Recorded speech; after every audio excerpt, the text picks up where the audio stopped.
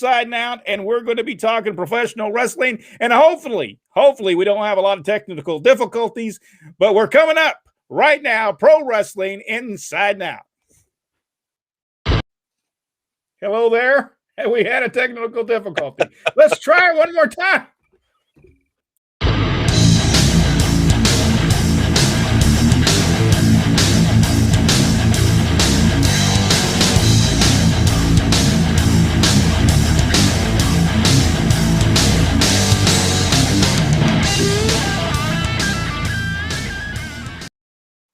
All right, who said we wouldn't have technical difficulties on Pro Wrestling Inside Out? Hey, by the way, folks, when you touch this little button over here, it's either don't go on or it's very sensitive. So I found that out very fastly that can be a problem right here on Pro Wrestling Inside Out. We are going to look on this program. We're going to talk. If you have any questions, to send them on. You had any comments, you're going to send them on. We're not really going to talk about anything in particular, but we are going to go over some programs that we sold. And I think it was Rodney might be able to remember which one this was, what year this was. I'm not for sure. I'm going to try to. That would be at 85, I believe it is. I believe it's the Nightmares there. I believe so. Yeah, the Nightmares. I believe it's in 85. This program was put together. We were just there for 6 weeks, and then we go back to Mid-South. Jimmy Golden with King Louis Tilley. I think Jack knows Louis Tilley well. I know Louis Tilley very well. He trained me. But there they are with the Southeastern Heavyweight Championship. You know, I got to talk about those belts for just a second. I'm going to go off of this for a minute, but those were some weird belts, wasn't they? Yeah, had the crown on them all. Yeah, had the crown on there. You know, you got to be very careful when you hit somebody with those. Pat Rose has one of those. So let's see what else is in there. This you said it was 19 when, Rodney? I believe it's 1985. 1985. King Louis, the Whip. That's what they call him, the Whip. Yeah. I think the fans called him the Wimp. But let's see. Louis Toilette is what. That's what we used to call him. That's what we used to call him. Poor old guy. Well, we make fun of him. All right, let's see. Bullet Bob Armstrong, Steve Armstrong. Do what? Let me tell you something. Isn't that Louis? Yeah. There we go. Oh, that is the Bronco tournament, as Dad called it. We're going to have a Bronco tournament for the Broncos. That's what he said. He did commentary. Me and Dad came back. We were, like I said, it was only like, 5 weeks. We came back and maybe 6. We spent, let's see, we stayed down. Dad went back to Mid-South. We went to Tennessee for a little while, and then we joined him in Mid-South later. Nightmare on the Top Rope. I don't know. I wonder who did the drawings of the guys there. Is one of them supposed to be the Nightmares? Yes. This is when they were in the gym, obviously. Well, I think it says, you won't live to see the day you can beat me. Nightmare, I'll get you. Who's that supposed to be? The other guy? Yeah. I'm not for sure. I don't remember another mask man. Hey, we see Ken Timms coming from behind him there. Yes. I don't know who he was wrestling as at the time, but Bob Armstrong, Boomer H. Lynch, very good talent. By the way, I'm sorry, but I do not believe that's Boomer Lynch. I believe that's Louis Tilley that he's getting. No, I think that's Boomer. Are you sure? Boomer. Yeah, I believe it is. He's got clothes on. Well, didn't Boomer wrestle in some type of a? Not that I remember. He wore with a single strap. I remember him. There's something laying in that ring. I'm not for sure what that is. That's technically called a Tarzan. Okay, excuse me. There you go. And here is Johnny Rich. Johnny Rich in his was that a place for an autograph? I guess that was supposed to be, but boy, you'd have to have a white pen to do that with, wouldn't you? Yeah, I don't think so, Brent, because that whole design's all the way around it. Yeah, that this is true. Yes, and here they are back here. All the Rat Patrol, Steve Armstrong. Did they write a whole column? Yes, it was a whole column written about them, and it also talks about King. That at the beginning it was for R for Rich, A for Armstrong, and T for Tonga Kid. Yep. The Rat Patrol at the beginning a little more than a year ago.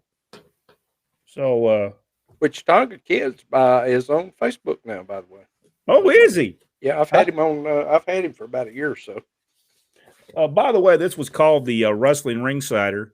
That was the same thing that Georgia's Championship Wrestling's program was called. All right, let's go over here and let's see. And hopefully, if anybody missed our live stream last night, I hit a button and I cut all the chats off.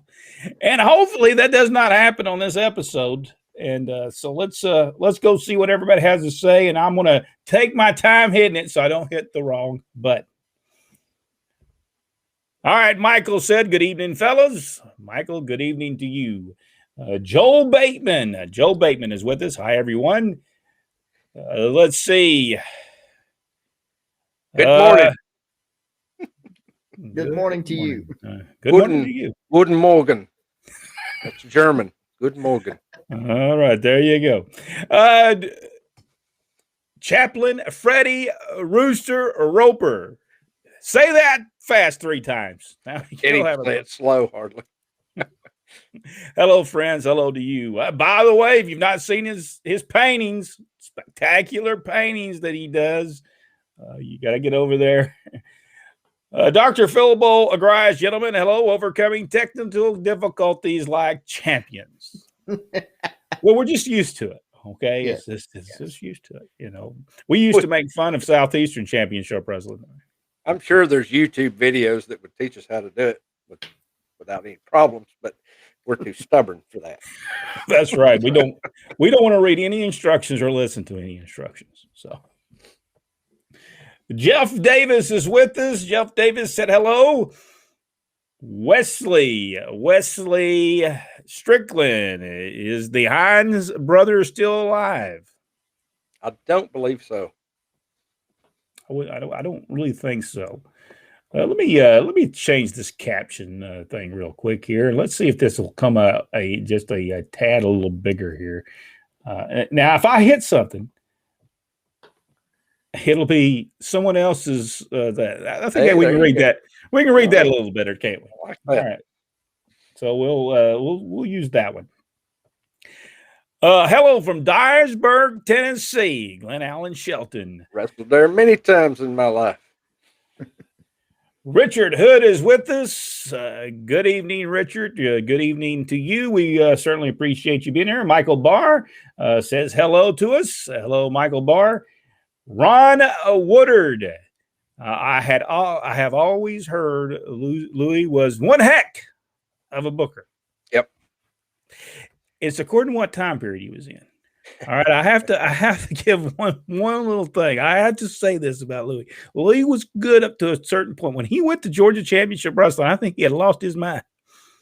He put people, this ain't no doubt, he put people on the cards that wasn't even wrestling in the territory. We went to Gainesville and I got the poster somewhere.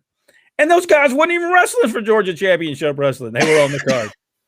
And I remember Charlie McGallion going through the poster going, all right, that guy's not here, and that guy ain't gonna be here, and this one ain't gonna be here, and that one gonna be. Because what happened was our father, Ronnie West, Gainesville, Georgia was his town. And he went and got the town, he went and got the building, he went and got everything that needed to be done. And so he goes, and at the time he was working for Southeastern Championship Wrestling. Joe Barnett had just bought the Southeastern Championship Wrestling, so he was there, but he would come back and do Gainesville. And man, I never seen somebody so hot in my life. Dad was. I mean, he was fit to be tied over all of that. And there was some words said, and I'm not going to go through. Maybe on the supporter channel. Well. Even later on, when I got hooked up with Louis, he was still booking the same way because he ran one show and booked me on the show that he ran, and had underbooked the card, and I wound up wrestling 3 different gimmicks that night. Oh, wow. Now he paid me for all 3 times. That was great, but I was wore out. Let me ask you the question. I do believe on the next Gainesville, every single one of the guys that he had put on the previous card was on that one. Was it not? Yes, that was a Jim Barnett and Ronnie West meeting, and it was took care of and rectified by the next show. Those were awesome shows in Gainesville too, because they would be in the afternoons at Georgia Mountain Center, and then that night would be the Omni. I believe these words were said when our father Ronnie West went to to Louis Delay and said, "Don't you ever do my town like that again." And he said, "Let me tell you something, Ronnie. I'll get you fired." And I'll have to tell all this story on the supporter channel, because there was a lot of bad things going on after that was said. And needless to say, guess who ended up getting fired? That'd been Louis Delay. He was fired. I think he might have been sent to Knoxville after that. Dad was sent back to Atlanta. So I think that was what happened. Yvonne Burns is with us. Hello from Johnstown, Pennsylvania. Joel Bateman, he said 1985, I was driving a 1969 Chevy Chevelle. I was driving a 1969 Chevy Chevelle in 1975. And it broke my heart when my dad sold that car out from under me. I believe this would probably have been the same exact time, 1985. It would have been right before Lord Humongous, I believe, turned in Continental Championship Wrestling. Very good, by the way. Lord Humongous was very good. He was probably about out of everybody that did this gimmick, and there's a lot of people that did it. Mike Stark, Psycho Sid Vicious, he did it. But I think this Jeff Van Camp did the Lord Humongous better than anybody ever did. I think he kind of watched. I think he's the one that actually embraced who it was. Sid never wanted to be Lord Humongous. Oh, by the way, Idolmania is running wild. Here. Again. Idolmania running wild. Yeah, Idolmania. Well, we could have said anything. Hey, they used this picture a lot. They evidently they needed to. That's the only picture they need a filler. They need a filler. By the way, that's the problem about putting a program together back then. There it was. There he did have that. It looks like a street fight. We always had problems getting pictures for. In fact, we hired a guy. Didn't we hire a photographer for one of the programs? Yes, when we were producing this program for Continental Championship Wrestling, we hired a photographer to do this program. Wildcat Wendell Cooley, by the way, got over very well in Continental Championship Wrestling, and I think he could have went further in other companies as well if his knee didn't get. And what was the other? We were showing that with Pork Chop and Boomer on that the last program there, Brent. This one right. This one right here. Yeah. What was it? What was the rest of that? That's the Flame and Mr. Olympia, Jerry Stubbs. By the way, all these took at the Houston County Farm Center, Dothan, Alabama. So some good stuff. And I'm going to read, before we leave here, I'm going to read something that Paul Harvey did on his Paul Harvey show back years ago. Paul Harvey's good friends with Paul Bosch, and he did a whole thing. And I won't try to do it like Paul Harvey, but before we leave today, I'll try to read that. Yeah, that would torture and demolish that real good. Hey, Paul Harvey's just one of a kind. He had the pauses where the pauses need to be, and it was beautiful stories he told. Hey, from Ohio, Joel Bateman from Ohio. Let's see. Do you guys know that Louis Delay was one of the Fargos? Yep. Yes, he was one of the Fargos. Now I can't remember his name. Do y'all remember his name? I don't remember now. We just did a show and talked about it, but I can't. I do good to remember what I did this morning. So Glenn Allen Shelton is from was in Colorado. He was in Colorado. Was it snowing there in Colorado? I believe it had been. Fourth largest amount of snow ever. I think it was in Denver. Wow. Mickey Mayfield said, I remember the Cadillac tournament, and afterwards, Ole was holding the hubcap off a Thunderbolt's car. Yes, I do remember that. You know, they had some great matches. Was Lars involved in that as well, Mickey? It seems like he was, Lars Anderson. Because I remember him standing out there banging the hubcaps together. You got to watch Ole in Cadillacs. He'll attack you if you win the Cadillac and he does it. He does it. Sore loser, Ole Anderson was. I think he might have done the same thing to Vince McMahon's Cadillac out when he came to Atlanta. I think he might have took his cab caps out and banged them together as well. Let's see, where was I at? Michael Barr, great picks there, Brent. Yeah, from the program. They were produced by a place called the Literature Production Specialists in Atlanta, Georgia. Bob Favor, Andy Andrews, Jim Savage, and Bob Petty. I wonder if any of those people are still around. It'd be nice because I bet they have all these photographs. But, I think they only came once a month and took these pictures because it looks like the same pictures over and over again. Yeah, those were really rough when we had to start putting together the program. We didn't have any pictures whatsoever. Hey, we used to have to pick these programs up at the Greyhound bus station in Dothan, Alabama. We used to put these up in there. And, they even had on the back of this circulation 500. That's what they said on these programs here. And we used to sell about 200 in Dothan. Yeah, Dothan was a good on town. Saturday night. So yeah, really good town. Hello, everyone. I hope all is well. Victor Nash. I was just telling Victor Nash what we're going to talk about on the supporter show. Victor, one thing that I forgot to tell you, we are also going to be talking about World Championship Wrestling, but I would have told you the date of that, but I didn't write it down. It's November 23rd, 1985. November 23rd, 1985. Stuart Kim said, love the technical flaws. They had charm. Still waiting my links to set up for my shirt. By the way, he's getting a back of a shirt. Stuart's getting the back of a shirt. And he's waiting for them to put that on there. And when it's available, we'll let you know, and we'll let everybody know. That way you can all listen. I know I tried to pull it up today, and it didn't pull up. So, Richard Hood. Didn't Johnny Rich go by Roy Rogers? Yes, he did. Yes, he did. He came into Atlanta as Roy Rogers. He did, and I do believe he wrestled. Did he not wrestle for Mid-South as well as Roy Rogers? I think he did. Him and Dale Evans and Trigger all were there. Mid-South wrestling. Let's see. Hello, guys. Hope you're doing great. From Christopher Hughes. I kind of like this look better. The other one looked a little too small. So I think this one will be the one we use. I remember Louis Tilley wrestling in Georgia in the late 60s, Charles Bellflower. Yeah, Louis had a great mind for the business.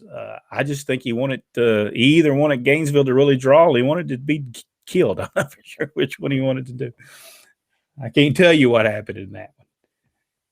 Michael is with us, and he says, cheers to all. Glenn Allen Shelton said, card subject to change. We always thought they should put on their card will change. That's right. Card will change. We always thought they shouldn't just say subject. Let's go ahead and say it will change. Card will change. No, should be no surprise. And there for a while, it was no surprise every single night. Something different.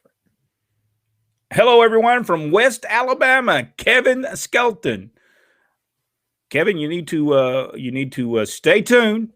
RussellSouth.com.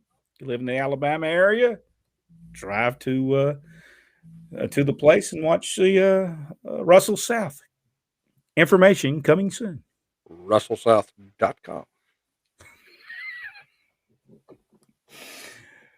Terrence. Hey, by the way, Terrence is one of our new supporters. Hey, Terrence. Terrence, last night I was a little tired. and I couldn't remember your name, but thank you so much, Inman, South Carolina. Thank you so much for becoming a supporter on our show, and I believe you were with us last week. Tonight, there's no telling what we're going to talk about because Rodney is going to review World Championship Wrestling, Mid-South Wrestling, while me and Jack take a nap, and then after that, there's no telling what we're going to talk about. There's no telling. There's so much stuff going on right now that there's a lot of stuff we can talk about. Victor Nash said, what topics did you guys decide to do after you asked us which shows we would like to do in the program? Victor, I believe we'll end up doing all of them. With everybody that sent one in, we are going to end up doing every one of them that has been sent in. And that's the thing about being a supporter, that we are going to, I've wrote them all down.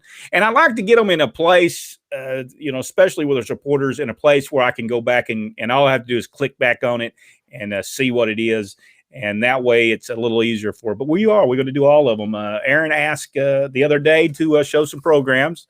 He's one of our supporters from this time. So Aaron lives in Dothan, Alabama, and he asked us to show some of these, and that's what we did. So,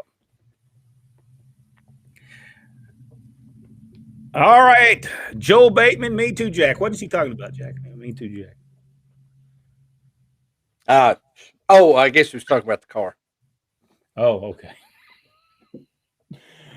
Charles Belvoir, what was your role? What was your father's role in Tommy Rich losing the title in Gainesville? Rodney, I'll let you pick that one up. Well, actually, no role at all. This was all predetermined well before. It was Augusta where Tommy won it. He was supposed to lose it that Sunday, and I think it was Sunday. Friday night in Gainesville. That was the way it was laid out from the beginning, and that's all decided by Jim Barnett and the powers that be. I think President NWA, I think at that time was Bob Geigel, so they had figured it out. When Jim Barnett actually booked some people out at that time as well. Dusty Rhodes was booked out by Jim Barnett, by the way, if people don't realize that. But Dusty Rhodes, all his bookings outside of Florida took care of by Jim Barnett. And so Jim Barnett had a lot of power at the time. And, people say, well, did it hurt Tommy Rich? Did it help Tommy Rich? Well, at least he can say, hey, I'm the NWA World Heavyweight Champion. But it helped him. Yeah. I was there during that time, going to the shows, and, everybody was proud of it. And it wasn't a shoot. Harley Race knew exactly what he was going to do that night. Harley Race took care of the finish, actually rode down with our father, Ron West, to the show. And, so he knew going into it that Tommy Rich going to win the NWA World Heavyweight Championship that night, knew he was going to lose it before TV on Saturday morning. Which is perfect way of doing it, because then you're ready for the next Omni, which is the return match with Tommy Rich and Harley Race. So beautiful, just perfectly set up. Wesley Strickland said, do y'all know who made the Assassin's Mask back a long time ago? I'm not sure. Probably K&H. Mickey Mayfield said, I was driving a 1969 Impala in 1979. My dad traded that car for a 62 Dodge Polara that had a beautiful paint job, but it made the Batmobile look small. Now, folks, I'm going to tell you, if you get offended very easily, you might just want to close your eyes for just a second, because this is what we put in the program for weeks in Continental Championship Wrestling when we were putting them together. We did this weekly, and on this particular one, it was the of the week was Tennessee Stud Ron Fuller. Our father's idea, by the way. He wanted to come up with this. Everybody got a time with this. Did y'all ever hear the story? That was the biggest. Go ahead, Rodney. No, that was the last one of that series, was it not? I think it was. We saved the best one for last. Yes, we saved the biggest for last. Yes, it does say that at the bottom of that one, folks. Yeah, that was the last of that series. Louis Tilley did one, a gimmick kind of like that. I think he was working for Nick Goulas at the time, and they did a deal where whoever he was wrestling, they fought, and they went actually in Boutwell out into the public bathrooms. And when they come out, Louis had wet toilet paper stuck to his head. And they fought all the way back to the ring and got in there. So the next week they came out, and Louis come out, and he was, livid on the microphone. You people that made pictures, I'm suing you. As a matter of fact, I heard somebody selling pictures, and all they had done was take mimeograph paper with his face, and they drew a toilet seat around it, and they sold those for $2 a piece. And him and Nick split the money. He said he made, it was several $1,000s. I mean, they completely sold out. He said there was people buying 2 or 3 a piece of them, and then, waving them at him, when he was in the ring. We did a similar thing with Boomer H. Lynch. He had these pictures where Pork Chop Cash kept on telling him he had fleas. He said, yeah, every time he scratches, he had fleas, and he was going to get something for that. So he went and got this guy to do a picture up, and fleas was coming off of it. So we would go to the towns. We'd go to each one of the towns, and we'd go up the ringside and have them in our hands, and then he would get out of the ring and run us through the buildings. And if we didn't do it, Burrhead Jones did it. Burrhead was great at it. He was. But we would. I remember one night in Mobile, Fort Whiting Auditorium, Fort Whiting Armory. I was gonna hook my leg and just kind of look like I was taking a bump. Well, I actually ended up. He ran me out of the ring. I went running around, and I actually did take the bump because I hooked my foot really good on that back chair, and I went down, and the people went all the way around me, helped me pick it up, and I sold every one of those pictures. Every one I had in my hand, I had like 100 pictures. We sold for like $2 a piece, $1 a piece, and we sold every one of them. And we did this in every town that we went to. No wonder they stopped drawing. I mean, smarten up everybody with the same gimmick, and that was just the selling the gimmicks. My dream car growing up was a 69 Chevelle SS 396. Michael Barr asked, when underbooking a certain town for wrestlers, was it tough to find wrestlers at the last moment within a certain city? Jack? Oh, yeah, it's always been difficult because when I book shows, I don't overbook. I book what I expect to be there. And sometimes guys don't show up. That means you have to make some changes. But, you learn how to make those effective where it doesn't affect the show overall. If a guy's not there, but people don't know that they're not there. This is true. Rodney? Not that I know of. It seems like that the places that we worked had their built-in talent, basically, and they would take the same talent from town to town. Well, so, back in the day, that's what guys did for a living. So they didn't miss bookings. Right. Christopher Hughes said that I love when you guys tell the stories from the territory days. My favorite humongous period was when he and Jack Roberts did a program in Continental. Jeff Van Camp. Actually, he gets there. They were asking who they thought could be brought in, and we just really quick said humongous. We thought he could draw a ton of money in Mid-South. They gave him a call. I guess they gave Ron Fuller a call first to make sure he could work them out. He came to Mid-South, and the kiss of death was, for whatever reason, Bill Watts wanted to take the mask off of him. Yeah. I remember Jeff said, I have no gimmick if I take the mask off. What am I going to be? This generic Jeff? I mean, he didn't want to do that, and I understood it. Yeah. And he did the stuff because when he got to Mid-South, we'd say when they'd hit him, let him go down and do the old Michael was it Michael Myers or Friday the 13th and lift up Jason stuff and said we did beat him down. He gives the DDT or whatever happens, and all at once he's looking and he does. We had him do the thing where he set up, and we came up with that. Undertaker done it. He done it later. By the way, most of this stuff was come up while we were making trips to the towns. We'd come up with finishes at the time. Dad was one of the bookers. So on the way to the towns, we said, okay, this would be good. This, I do that, do the thing. He'll get up, hit him from behind, 1, 2, 3. And very simple. Like we've talked about before, it does not have to have 23 steps to a finish to make it work. It can have one step. And a lot of what they do is because the wrestlers back then, you did not have to tell them step by step by step by step. You just told them the last, and they worked the rest of it out. Richard Brewer is with us from Dothan, Alabama. If things work out tomorrow, we may have a special guest tomorrow from Dothan, Alabama, and I'll let you figure out who that might be. But if it happens, we're not going to advertise it. We're just going to say that right now. And I don't think we're going to have any problems. It doesn't seem like our new streaming service, there's going to be a problem. But now, I've had a couple of problems myself, but that's just figuring out how to use it. So I think it's easy to get on, though. We will find out, though. All right, now, Dr. Phil Bull Grice said Idol was a jerk. Met him once. Unimpressed.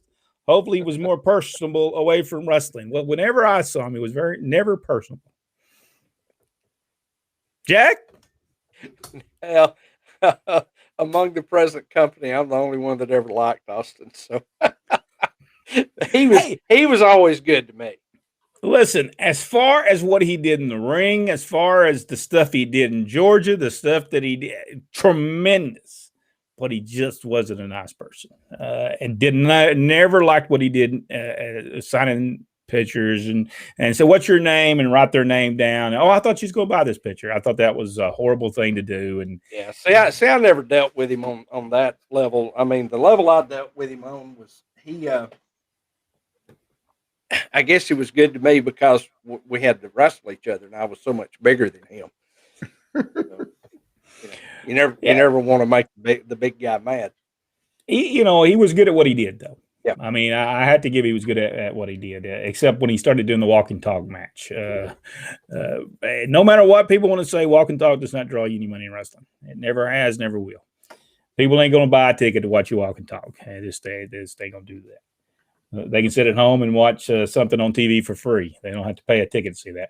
Watching from Northern Kentucky, Rick Brooks. Daniel Lang asked, did your dad work Georgia when Jerry Jarrett was Booker? Yes, he did. Yes, he did. He worked there as Jerry Jarrett got there, actually. I'm reading Gary Hart's book. Hey, he's got Gary Hart's book. What's your address, Daniel? We need to come visit you. He's got his book. And he really blasts Jarrett Welch and Fuller from. Yes, he says some things. He says some things about them. We won't get into what he says about them. I have seen parts of his book and seen things he had to say. Yes, he was not very kind to Jarrett Welch and the Fullers. He was. I won't even tell you what he said. We'll leave that to the book when we review the book at some point. We'll see what Gary Hart had to say about that. Now at the same time, Gary Hart was the booker. Jerry Jarrett was coming in as the booker. Remember, put that, and are you going to be happy because you're being replaced and who you're being replaced with? Because you know what, if Jack was coming in to take over the book, well, number one, I'd give him $1,000 just because he's coming over and taking over the booking, but. Okay. The Houston County Farm Center was all dirt at one time until somewhere in the late 80s. It finally got concreted. For many years, watched wrestlers file the ring onto the clay dirt. Sure did. Yeah, that was Michael. And they actually, the atmosphere was much better with the dirt floor because it actually had a ring light too at the farm center. When they put the concrete in, they put those big fluorescent lights up, and it just lit the whole building up. It wasn't not the same atmosphere at all. Mickey Mayfield said, yes, Lars was there. Richard Hood said, I remember when Ole jumped Dusty in the parking lot at Atlanta City Auditorium. Yes, a great story with that. Is our father, Ronnie West, for weeks tried to talk Ole Anderson into doing it. At some point, he wanted Dusty Rhodes to be jumped in the parking lot. As Ole would say, what did I want to do that Tennessee bullcrap for? And He doesn't say crap. Yeah, he didn't say crap. No, he didn't say crap. No, he didn't say crap. That's for our for our viewers.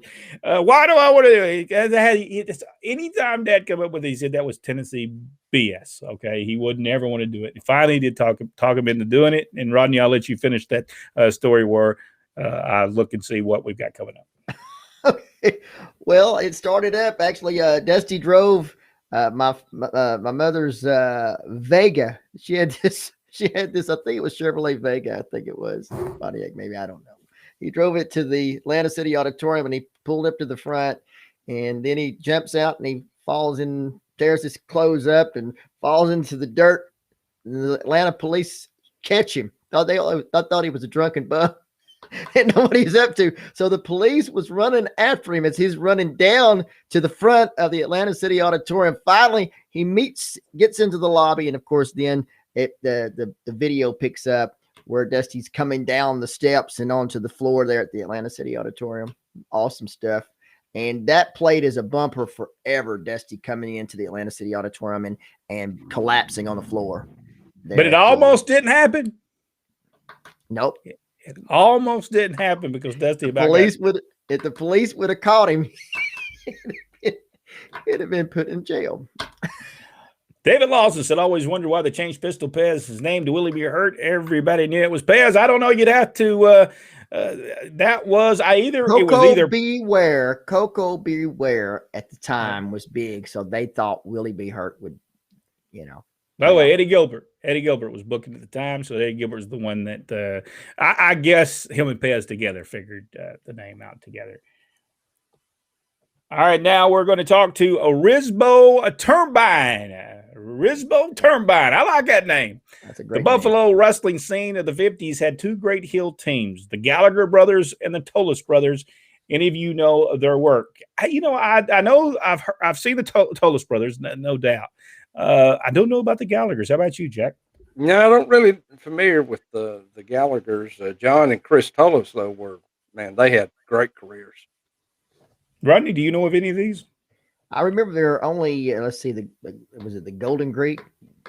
John Tolos? I remember him from California. Yeah. And he had a pretty big run in WWF at one point, too. Mickey Mayfield said, was the bounty hunter in Georgia Championship Wrestling Hog Irwin?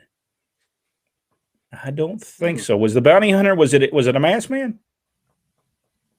Because Jerry Novak was there as the bounty hunter. Yeah. But I don't know if he ever was. I don't think it was Irwin. He was the Super Destroyer.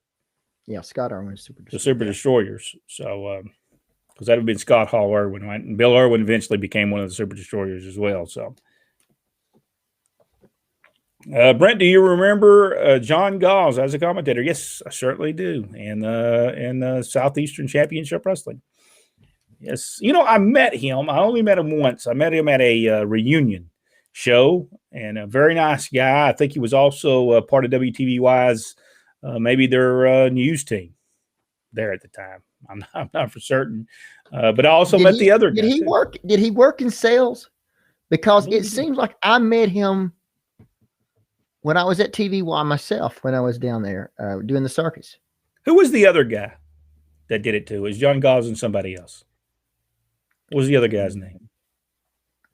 Maybe somebody will know. Maybe somebody will know the other guy. Now, this was before Charlie Platt. Charlie Platt was on the show. He did ring announcing on the show. He was not a commentator yet, but I can't remember the other guy's name. But I met him as well. Very nice guy. Richard Hood said Lars Anderson started his own promotion in Atlanta. Yes, I remember this. We used to tape that show. Thunderbolt Patterson also had something to do with that show. Yep. And Lars actually kayfabed his way into the world record book as being the highest paid first professional wrestler to get paid a guaranteed $1 million for a wrestling deal. Oh, that's crazy. I remember that. I'm going to read this. Oh, go ahead, Rod. Yeah, he had his own Georgia heavyweight champion as well, which I believe he was their Georgia heavyweight champion. Richard, do you remember the name of the organization? escapes me right now. By the way, I was going to read this thing about whatever happened to professional wrestling, but we're running out of time. But I am going to read this. It's a whole article that was done by Paul Harvey, and I'll read this on another program. But because it'll take us a little long, and we're running late. And I want to get everybody's questions. Try to get everybody's questions in. Is there any existing footage of the Saturday Fred Ward program? I don't believe so. I'd love to see that. I sent you one. I sent links. Well, there's snippets. I don't think there's whole shows. Not the full show, but pretty much the whole show. It's about 40 minutes of it. There's a match with the Mass Superstar. Somebody. Steve Regal, I believe. Yeah. Maybe. Right. And the assassins are on there. Great Mephisto, Mark Lewin, Kevin Sullivan. It's quite a bit of footage, and Jim Carlisle's doing the ring announcing, of course, the commentary. I love that place. It had bleachers all on one side.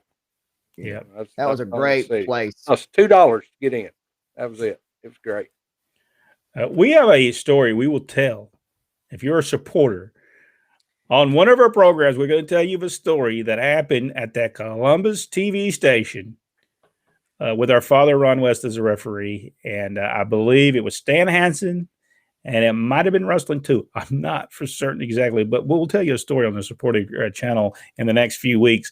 But we're only going to tell that on the supporter channel. So you got to have your other supporter channel to hear that.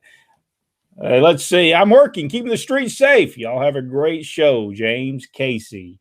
Michael Barr, he said, please let me know where you go after the show so I can follow along. I have sent you, you should get it. It's in your message. Just click on that link and it'll take you directly to the supporter page. It's all you have to do. It's a special message. Just click on it and it'll take you right there to it.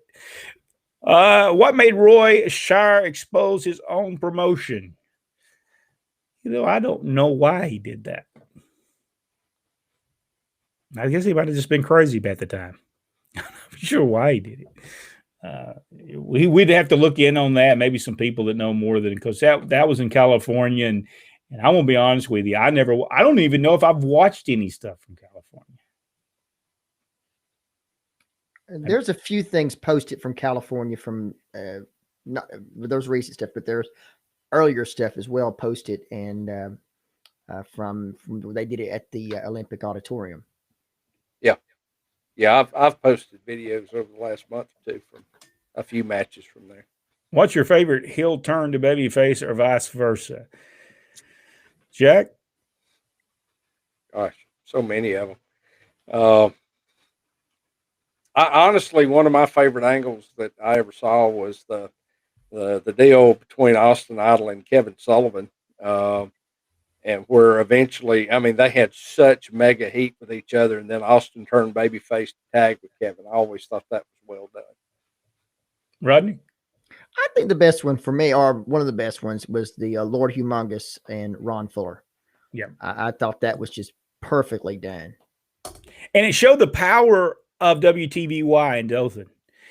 Because the shows wasn't doing no sellout business. They were drawing maybe 500-600 people. No more than 1,000 at the Houston County Farm Center for weeks. And this hits. Lord Humongous, Ron Fuller comes on and says he's going to teach people. I'm going to teach your children. I'm going to teach them how to respect you. And I'm going to show Lord Humongous. And he comes up and chokes him. And they changed that match. It went from drawing 8 to 1,000 people to drawing 5,000 people 1 week at the Houston County Farm Center. So it told the power of television, how important television is to your promotion. Susan Renee said Harley Race, such a blast from the past. One of the greatest world heavyweight champions of all time. Richard Hood, Jim Barnett started out with Vern Gagne on the Dumont Network in Chicago, which turned to WGN. Also, Jim Barnett was one of the first people to do a television show in a studio. He came up with that concept. Ron asked, Ron Woodard's dad, what territories had the most loyal fans? I always figured Memphis, Greensboro, or Dothan, but I'm guessing. Jack? My personal experiences with Southeastern Continental and Georgia Championship, and I just pick one. I'd probably go with Georgia Championship because, man, everywhere I went, there was always big crowds. Rodney? Dothan had the greatest amount of diehard fans that's ever been. Always great crowds. Even when it was a bad crowd, it was still good. And that's how Dothan was. Michael Barr said, I believe Bonnie Hatfield made the Flames wrestling mask years ago. Daniel Lang said Jim Jr. was NWA president at the time. Gordon Sully did an interview with him flying in to congratulate Tommy. He had already dropped the belt back to race. Yes, David Lawson. David Crockett come on TBS. Did Crockett come on TBS? Congratulate Tommy for that. Yes, he did. What was the point of doing that? I think the point of this, it was to show that the NWA World Title could change hands at any time in any territory, and anyone could win it. I think not as much to get Tommy over, which I think it did help Tommy get over, but I think they wanted people to know that at any point, when Ric Flair, Harley Race, or anyone that was a world heavyweight champion came to their town, that Bob Armstrong had a chance. Tommy Rich won it, so who's to say Bob Armstrong? And to be honest, Tommy Rich didn't have to have it. He was already over, and so getting it and losing it in a short period of time did not hurt him at all. No. Alan Crawford, Jack Lord, I'm really enjoying the show. Oh yeah, I'm having a PBR in your honor. Alan and I grew up together. Alan, bring the beer. I got the cigars. Norman Carr, who destroyed the statue that Jim Carlisle presented to Mr. Wrestling 2 in 1981. Was it Mr. Saito or Torquemada? I think it was Mr. Saito, wasn't it? I believe so. Yep. Yeah, because I don't think Torquemada come in until it could have been Torquemada. He did come in at some point. I remember Saito being there before I left. I remember that happening. I was actually there at the Omni when 2 won that. I do remember George Scott did bring in Torquemada, Ray Stevens. So I mean, he was there at some point. But well, that was some bad times right there. We're going to talk about that one day. But he came on after Tommy Rich had already lost the belt back to Race. Yes, he did. Christopher Hughes. How can winning the NWA World Title not help him out? I mean, how can it not? Yes, and at least he can always say, in the here books, he was a world heavyweight champion. Norman said, how old were you when you learned wrestling was a work? Yeah, we didn't really, we wasn't smartened up to the fact. No, they didn't come set us down and tell us. We figured out ourselves we had our own books, and I've got them somewhere. We have our own books where we wrote down our own cards, and we would write them down, and then we would take them to our father, and he'd say, now, why would somebody buy a ticket to see this? He said, you need to go back and work on that card again. Number one, these guys not in the territory. Evidently, we took the Louis Tilley School of Booking.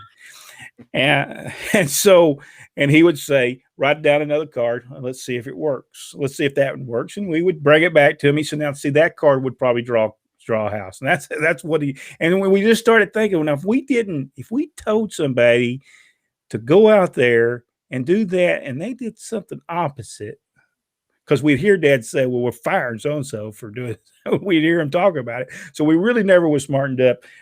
So I would think I was somewhere around 9 years old when we figured it out. And Rodney, I guess you were 11, right? Right. Jack, I guess after you beat up a few people. Well, I mean, I had the clue because I trained off and on from the time I was 16. But nobody ever came to me like that and just said, hey, this is a work. So, the first guy I was in the ring with is the one who said, you ain't going to have to beat me up. I'm going to let you. So. Well, we are running down of time, and but I think we had a great time today just to have this to show pictures, so photographs, and like I said, we'll go over this whole article right here on another show. I think everybody will enjoy what Paul Harvey had to say about professional wrestling. Jack, anything we need to talk about Wrestle Southwise?